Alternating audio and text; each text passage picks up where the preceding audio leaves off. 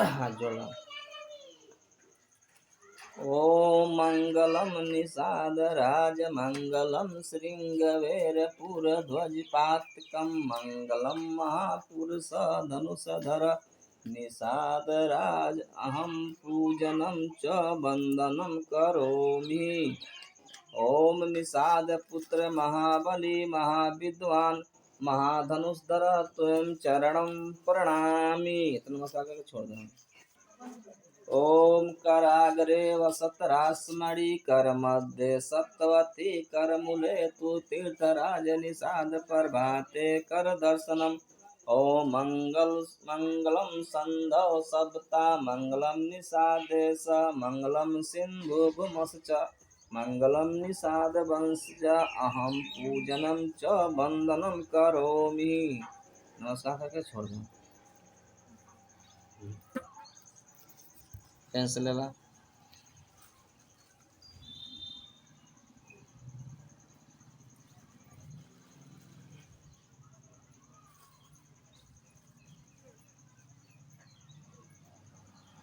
ओम गुरु महेश्वर गुरु महर्षि वेदव्यास गुरु महर्षि वाल्मीकि गुरु मच्छंद्रनाथ गुरु गौतम बुद्ध गुरु महर्षि कालू बाबा गुरु श्रृंगी ऋषि परम निषाद तस्मै गुरुवे नमः। नमस्कार को चढ़ा दो। ओम सभ्य सत्ता सुखी होन्तु सभ्य होन्तु च खेमिनो सभ्य भद्राणि पश्यन्तु मा कश्चित् दुःखगमा। ओम बुद्धं शरणं गच्छामि धम्मं शरणं गच्छामि संघं शरणं गच्छामि। नमस्कार करना चढ़ा दो।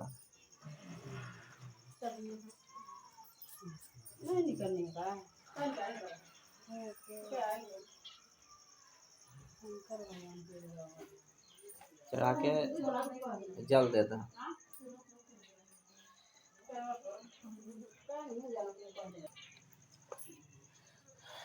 देखो कथा जौन होला लोग कथा तो सुन लेला लेकिन कोनो चल नहीं पावेला। जब तक हमके प्रयास करे के चाही कि कथा पर सुन के ओकर हमके पालन करे के चाही। लेकिन होला का देखल जाला कथा जब तक लोग सुनेला तब तक शांति रहेला, फिर लोग वह काम करे लगेला। जैसे कथा वार्ता पूजन पाठ सुख शांति खातिर के करे के चाही। अपन आचरण बोली विचार बढ़िया से बना के रखे चाहे ताकि लोग समाज में हमके बेकार ना कहें। लेकिन ऐसा माहौल ऐसा परिस्थिति बा कि आदमी अपन बाणी अपन व्यवहार ना सही कर पाता। यदि आदमी के बाणी और व्यवहार सही बा तो के दिक्कत ना होई। ओकर वो बहुत गरीब ही आदमी बा तब वो के सहायता मिलल करे। लेकिन आदमी कितना हो धनवान बा और विचार और व्यवहार ना सही बा तो दरवाजे पर चाहे केहू कहीं के पूछे वाला नहीं बा। ऐसे कथा के जौन सार बा जौन तत्व बा वो अच्छाई की ओर चले खातिर के कथा सब सुनेला। घर परिवार के शांति खातिर के घर परिवार के आगे की तरफ वृद्धि खातिर के कथा पूजन पाठ कर जाला, ठीक ना। तो उसी तरह से बहुत प्राचीन कथा है। सुपा एक मुनि थे, यह कि आद्र पुत्र ने श्रोतागण से कहा कि द्वापर युग में जब महाभारत का युद्ध समाप्त होगा और पांडव लोग उसमें विजयी हुए, उस समय युधिष्ठिर ने स्वप्न देखा कि कौरव लोग तलवार और भाले लेकर के उनकी तरफ दौड़ पड़े। ठीक है, भाला तलवार हथियार रहे वो प्राचीन काल के वो हथियार रहे। ठीक है, भाला तलवार आज भी बा लेकिन अब तो जैसे जैसे आविष्कार होता है बंदूक कट्टा सब आ गई। तो दिया है युधिष्ठिर ने यह स्वप्न कृष्ण से बताया। कृष्ण ने कहा, हे युधिष्ठिर, तुम्हें महापताका लगा गया है, उससे मुक्ति पाने के लिए महायज्ञ कीजिए जिसमें सभी मुनि मुनियों और ब्रह्मचारियों को आमंत्रित करके भोजन करवाइए। यानी कि यदि आप अपने परिवार अपने घर अपने दरवाजे पर 2-4-10 अपने भाई बंधुओं को, ठीक है, अपनी किसी भी व्यवस्था के अनुसार अपन सामर्थ्य के अनुसार यदि आप भोजन कराती हैं दान दक्षिणा देती हैं वो सबसे बड़ा उत्तम कार्य होता है। लेकिन देखा जाता है कि आदमी अपने ही खाने में व्यस्त रहता है, ठीक ना। तो इसलिए हमको चाहिए कि जो भी हमारे पास रूखा सूखा है, हम 2-4 भाई बंद को अपने दरवाजे बुला करके उसको भोजन दान करें, ठीक ना। तो वही कह रहे हैं, कहा है कृष्ण ने आकाश में बहुत ऊंचे पर घंटा बांध कर युधिष्ठिर से कहा, मन घंटा ऊपर बना गेल है पूरा ऊंचाई पर, जब तुम्हारा यज्ञ पूरा हो जाएगा तब यह घंटा 7 बार अपने आप बज जाएगा, ठीक ना। भोजन यज्ञ प्रारंभ हुआ, हजारों मुनियों और ब्रह्मचारियों ने भोजन किया, परंतु एक भी बार घंटा नहीं बजा। तो यह देखकर युधिष्ठिर अपने भाई सहित कृष्ण के पास गए। भाई लोग कहले रहे ना कि घंटा ऊपर बांध दो, आज जब सब भोजन करी, साधु संत लोग भोजन करी तो 7 बार घंटा बज जाई। लेकिन जब सभी लोग खाए, उनमें से एक साधु छूट गए ना, इस घंटा नहीं बाजल, और सब समाचार कृष्ण को बताया। कृष्ण ने कहा, हे युधिष्ठिर, सुपा मुनि दर्शन तुम्हारे यज्ञ में नहीं आए, ठीक है, इसलिए घंटा नहीं बजा। कृष्ण भगवान बताने भाई सब क्यों खा का कह, जब वो सुपा मुनि नहीं खाई ना, इस घंटा तुम्हारे यहाँ नहीं बजा। जब 25 तो कह रहे हैं कि यदि तुम यज्ञ पूरा करना चाहते हो तो काशी जाकर के सुपा मुनि का दर्शन को सादर लिवाओ। काशी माने आज के बनारस में, ठीक ना, तभी तुम्हारा यज्ञ पूरा होगा। नहीं तो केहू कितनो खाए, जब तक नहीं खाइया तब तक यज्ञ पूरा नहीं होई। युधिष्ठिर ने अपने भाई भीम को भेजा।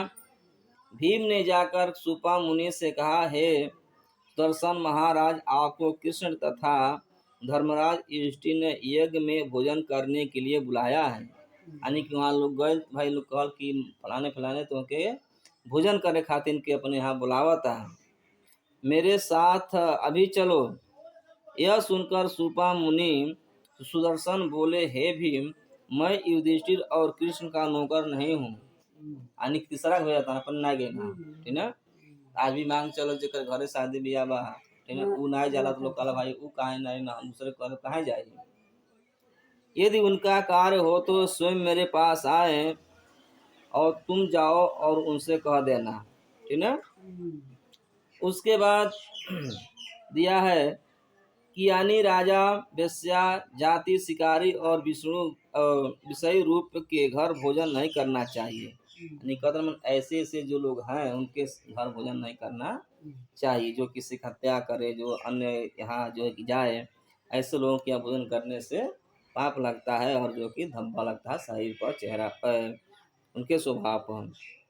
क्योंकि ऐसे लोगों के पास 16 दोष हमेशा बने रहते हैं। जो ऐसे लोगों के घर भोजन करता है उनका पुण्य घटा जाता है और वृद्धि भंग हो जाती है, यानी विकास कार्य नहीं होता है। जब आपका संगत अच्छे लोगों के साथ नहीं रहेगा, बुरे लोगों के साथ आपका संगत उठन बैठन रहेगा, तो वही लक्षण, वही जो कि गुण आपके भी परिवार में आएगा। तो आपके बाल बच्चे चाहे जो ही लोग सदस्य हैं, उससे जो कि गलत रास्ते पर जाएंगे तो विनाश का कारण होगा। इसलिए हमेशा हमको चाहिए कि हम अच्छे के साथ व्यवहार करें, अच्छे के साथ उठे बैठे, है ना। तो दिया है, अभिमानी भीम ने सोचा कि यदि एक गदा मार दूं तो यह कुटी सहित पता चला जाएगा। यानी कि जब वो ना आई ना, तब उनके मन में आवत है यदि हम एक गदा मार दे तो ये अपने आप चल यहाँ, नहीं तो उन्हें धंस के मर जाए यहाँ। अंतर्यामी सुपा मुनि ने यह बात जान ली, यानी मन में अपने जान गए ना, क्यों उनको शक्ति रहन। वे भीम से बोले, हे भीम, खूटी में एक टंगी हुई सुनहरी है, जो उतार कर तुम ला दो, हम आ रहे हैं। यानी कहने भाई हम साथे चलो। जब जान गए ना कि हमके मारे कहता है, तो अब ओकर अब जो भीम की अब बल के परीक्षा ले वाला की करेगा, अंदर कितना बल बा। तो कहना खुटिया में हमारे एक सामान टांगल बा, तनी ओके तनी लेते बताओ, हम चल, है ना। भीम कई घंटे उसको उतारने में जुट गए, मनो उनके कितना समय लाग गया, लेकिन वो उतरल नहीं। परंतु वहां से टस मस नहीं हुआ। यह देख करके सूपा मुनि ने भीम से कहा कि हे भीम, मैं तो सोच रहा था कि तुम आधी दूर पहुंच गए होंगे। अब वही वही माना उतरबे ना करते जइहा कैसे है, लेकिन ना जा पाना। भीम बहुत शर्माए। सूपा मुनि ने कहा, जब तुमसे जरा सा भी यह हिल डुल नहीं रहा है, तब तुम गदा मार के मुझे पाताल कैसे पहुंचा सकते हो। अब उनके बानी मारता ना हो जो। भीम पछताते हुए वापस लौट आए, लेकिन वो उठल डला इनसे। जब भीम ने युधिष्ठिर से यह बात सब हाल बताया, तब सब भाई मिलकर फिर कृष्ण के पास गए और सारी व्यवस्था कही। यानी कहना भाई हम भेजले रही भलाने के, लेकिन उनके कहले ना है ना, कैसे तैयारो भाई ना तो कहना हो तनी उतार द, लेकिन हमसे उतरना है। कृष्ण बोले, हे युधिष्ठिर, सारे संसार में सूपा मुनि ही सच्चे भक्त और तपस्वी पुरुष हैं। जो निर्लोभी और अभिमानी है, उनके बिना योग पूरा नहीं हो सकता। यानी कहना जिसके अंदर लोभ नहीं है, किसी प्रकार लालच नहीं है, जब तक वो तुम्हारे यहाँ भोजन नहीं करी तब तक तुम्हारा जग पूरा नहीं हो। इसलिए धर्मराज, तुम स्वयं जा करके सम्मान पूर्वक पालकी पर बैठा करके उन्हें ले आओ। पालकी मैंने डोली नहीं पर चल रहा, कोई सब पालकी कहते रहा कि डोली पर बैठा करके इज्जत से पूरा व्यवहार से अच्छे बाणी बोल करके ले आओगे, तभी कल्याण होगा। युधिष्ठिर यह सुनकर काशी गए और विनय पूर्वक सूपा मुनि से बोले, हे महाज्ञानी प्रभु, बिना बिना आपके चले हमारा यज्ञ पूरा नहीं हो रहा है। जब तक यज्ञ पूरा नहीं होगा तब तक मेरा कल्याण नहीं होगा। क्योंकि हम कितने लोगों को खिया दें, हमारे कम में न होके तो केवल इसका फायदा है। आप तो दया के सागर हैं। अब उनके भुलावता ना, फुसलावता ना, आप तो दया के सागर है। आप जैसे सत्पुरुष से ही जग का कल्याण हो सकता है, इसलिए आप मुझ पर दया कीजिए। सूपा मुनि को दया आ गई, वह युधिष्ठिर के साथ चल दिए। आने की आदमी कितना हो कठोर हो, लेकिन जब आप उससे अच्छे से व्यवहार करेंगे, अच्छे से बुलाएंगे, अच्छे से आमंत्रित करेंगे, तो जिसको नहीं आए, जो कि आने की इच्छा रहेगी, वो भी जो कि आ जाएगा। इसी तरह से युधिष्ठिर ने किया, लेकिन भीम ने कहना कि उनके अंदर अहंकार है, गदा शक्तिशाली रहना ना, इसलिए उनके कहने पर वह जो कि नहीं आए।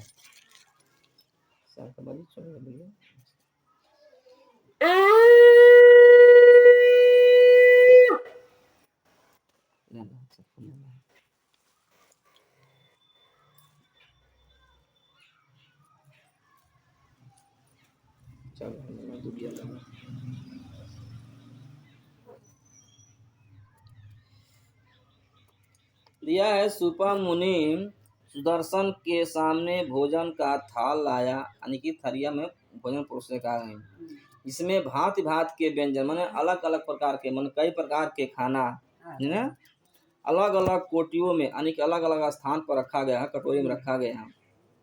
सूपा मुनि ने सब कटोरियों के भोजन को एक में मिला करके भोजन करना प्रारंभ कर दिया।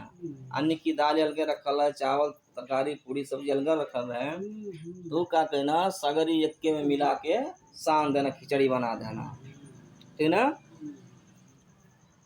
मिलाकर भोजन करना प्रारंभ किया। 3 कौर खाए तो 3 बार आकाश में घंटा बज गई।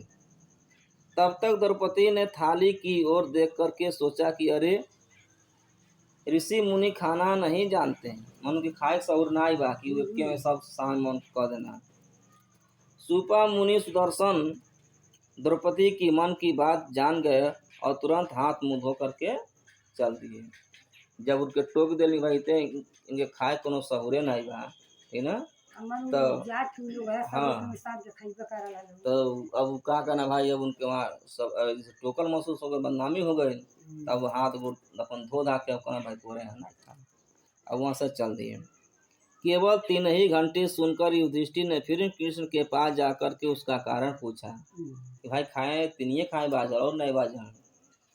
तो उन्होंने बताया, द्रौपदी के मन में यह घृणा का भाव पैदा हो गया कि ऋषि मुनि भोजन करना क्या जाने हैं। यानी कि कहत हन कि उनके मन में आ गया कि ई ऋषि महात्मा का मन के का जनियो के तरह भोजन कइल जाला। ठीक है, जैसे कहावत था कि बानर का जाने आदि के सवाद ना, तो वही तरह के वो कह रहे उनके बानी मन में। यह जानकर सुपा मुनि चल गए। अब कृष्ण कहता ना कि उनके मन में इससे भाव उत्पन्न भइल, कहलिन अपने मन में, तो उनके मालूम हो गए, इसलिए वो धोआ हाथ गोड़ धो के चल गए ना।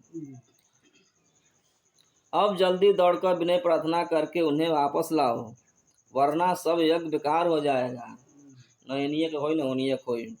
युधिष्ठिर सुपा मुनि के पीछे पीछे दौड़े और उनके चरणों में जा करके गिर करके बोले, भगवान अपराध क्षमा कीजिए, यानी गलती के क्षमा कीजिए और मेरे ऊपर दया कीजिए। आदि मुनि सुदर्शन को दया आ गई और वापस लौट आए। मैं रास्ते से वापस पुनः आ गए ना। दूसरों पर दया करने के लिए और दूसरों का कल्याण करने के लिए सुपा मुनि ने आज पुरुष का ध्यान करके भोजन किया। तभी आकाश में 4 घंटे और बज गए। अनेक 7 को बजाया गया, 3 को पहला बज गया, 4 को बदवा जब है ना हाथ को जोड़ने के बाद तब 31,000 ब्राह्मणों, मुनियों, साधु सन्यासियों ने सुपा मुनि की जय जयकार करने लगे। ठीक ना। इस प्रकार आदि वंश के जो सुपा मुनि अपने युग के सभी ब्राह्मणों, दंडी सन्यासियों को जो अपने को धर्म का ठेकेदार मानते थे पराजित किए और आदि भारतीयों के सभ्यता का झंडा ऊंचा किया। यानी जितने अन्य लोग ब्राह्मण वहाँ जो भी लोग आए थे वो लोग जो है कि गर्व था कि हम ब्राह्मण है, तो हम भाई है, ठीक ना। लेकिन केहू के खैले से घंटा नाई बाजल, उनका जग पूरा नाई भइल। जिन्हें ब्राह्मणों ने शूद्र, नीच और अछूत आदि बना करके रखा, है ना। अनेक समाज में ब्राह्मण सबके नीच कहला जाता, ऐसा होता है ना, वही कह रहे हैं। मुनि आदि पुत्र ने श्रोतागण को इस प्रकार सुपा मुनि का कथा सुनाई और महाभारत के जो युग में श्रमण संस्कृति का मत बताया। श्रमण माने समानता, मनो केहू कोनो जाति रहे कि ना कहीं चंगा रहो तो डूम है मुनि नीच बा, ऐसा ना है, सभी एक समान बा। ठीक है, सबकर व्यवहार के हिसाब से, कर्म के हिसाब से पूजा पाठ होला। ठीक है, यदि उसका व्यवहार अच्छा है, उसका बोली विचार अच्छा है, सर सफाई अच्छा है, तो उडमोर है तब वो कर घरे भोजन कर ले के चाहिए। तो इस तरह से दिया है कि जो एकलव्य और सुपा मुनि सुदर्शन की कथा को सुनता है तथा दूसरे को सुनाएगा, वो पापों से छुटकारा पा करके पुण्य को प्राप्त करेगा।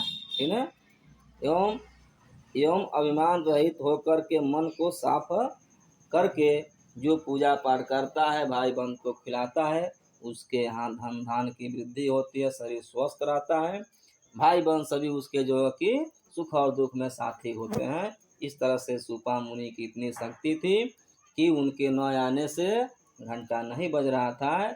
इस तरह से कहा गया है किसी को अपने दरवाजे पर बुला करके उसको अपमान नहीं करना चाहिए।